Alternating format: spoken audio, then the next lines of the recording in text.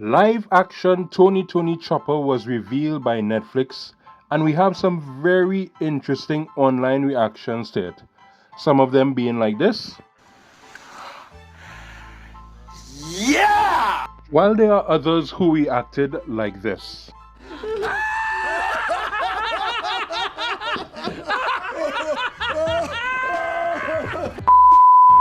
Starting off with one person on Twitter saying, "Am I the only one who thinks the Chopper design is perfect?" Next we have, "Look at him, he is so cute." Then of course we have another person saying that he is adorable. Boy, that escalated quickly. I mean, that really got out of hand fast. So of course when it comes to the internet, everything can't be sunshine and roses. No. We need to have the negative Nancy's complaining about Chopper's design. So here are what some persons have to say about it, and also an interesting web article has something to say about it as well. "Look, I love Chopper, but why he looks like that? This is like Sonic. Please fix him before release." Another said, "If you are a true fan of One Piece, you know this is terrible." And that's putting it nicely. If Paddington Bear had an opioid problem, this is what it is. Confused at choice of voice actor. Not watch season 1 and have no need to watch 2, 3 or 4. I'll stick with the anime/manga. And this person said, "The biggest problem I see is the facial expressions. If I didn't already know Chopper's personality, I don't know if I would have realized he was being bashful. Also, the voice could be much better, but I'm not sure if that's a casting mistake or if the direction just needed to change." Thank you! Then we have these two web articles, one from Fandom Wire saying One Piece live action Tony Chopper's design is just the Sonic the Hedgehog incident all over again. And then we have this one from Anime X News, One Piece live action Tony Chopper's adaptation lacks the cuteness we love. Tony Chopper's CGI adaptation trade his iconic cuteness for realism, leaving fans longing for the cuddly reindeer we adore. I'm ugly. You're ugly and what? Square? No, proud. I'm ugly and I'm proud. So I'm going to leave those two articles, if you're interested in finding out more details, in the description below. But let's dig into one of those articles. We won't go through everything, but there's the main highlights of that article about the removal of live action Chopper's cuteness. Early teasers and leak set images suggest a hyper-realistic approach with detailed fur, lifelike movements, and a focus on grounding Chopper in the show's semi-realistic aesthetic. But here's the problem: in striving for realism, the adaptation sacrifices the exaggerated cartoonish charm that defines Chopper. The CG model, from what we have seen, leans too heavily into naturalistic reindeer look. His proportions are less chibi and more animalistic, with muted colors and a less expressive face. The pink hat is there, but it feels like an afterthought on a creature that could pass for Chronicles of Narnia extra. Emotional damage! Where's the oversized head, the sparkling eyes, the plush toy vibe that makes you want to scoop him up? This Chopper feels like a deer with a medical degree, not the endearing goofball who steals hearts while stitching wounds. Chopper's cuteness isn't superficial, it's a narrative tool. His innocent appearance disarms enemies. Think Wapol's shock at facing a Tanuki, and underscores his vulnerability, making his courage in battle more impactful.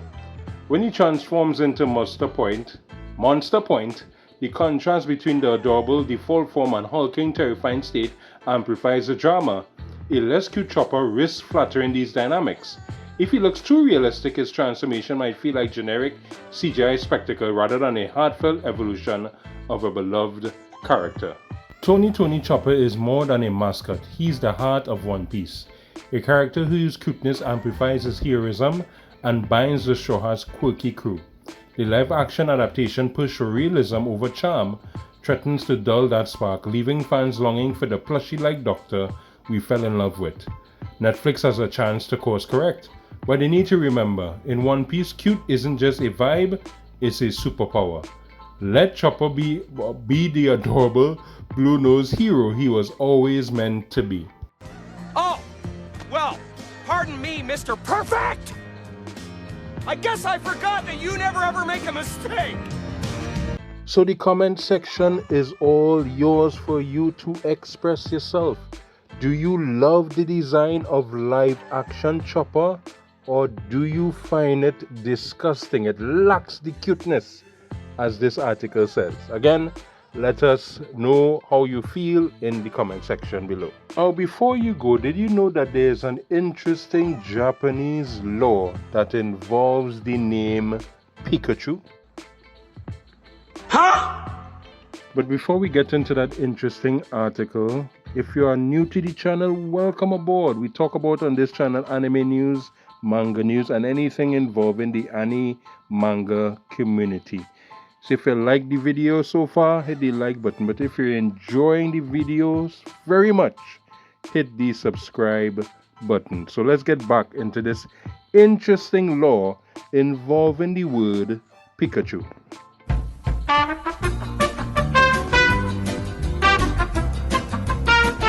For years, Japan has allowed a high degree of freedom in naming children, largely due to the nature of the Japanese writing system. Names are typically written in kanji, characters that often have multiple possible readings. Parents could choose unconventional, even bizarre pronunciation for these characters, a practice that led to children being named everything from Caesar to Pikachu, even when the kanji suggested otherwise. One notorious example is the name Shiza, Caesar, formed from kanji meaning emperor, and Eren, a stylized rendering of the English name Ellen, using characters for eternal love.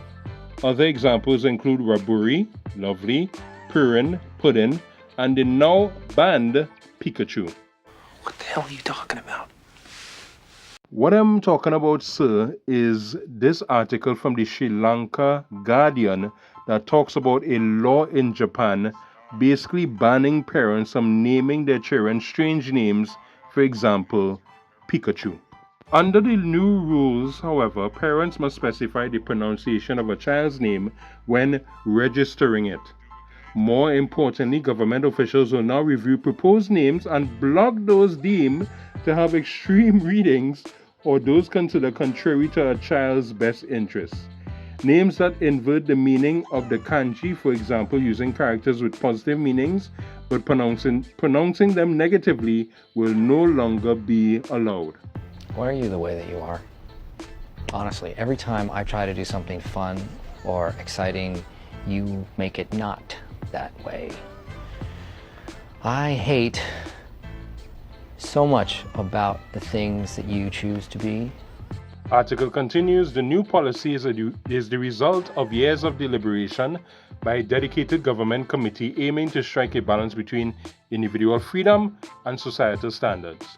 The criteria remains somewhat ambiguous, but the underlying principle is clear. The child's welfare must come first. This isn't the first time Japan has intervened in naming practices. In 1984, a man was denied permission to name his son Akuma, the Japanese word for devil, though a name meaning God was allowed. In another case, Ojisama Akaike, whose name meant prince, eventually changed his name to Hajime, beginning after years of embarrassment and disbelief from others. As Japan ushers in this new naming era, one thing is clear: Pikachu may remain in Pokemon games and movies, but not in the nursery.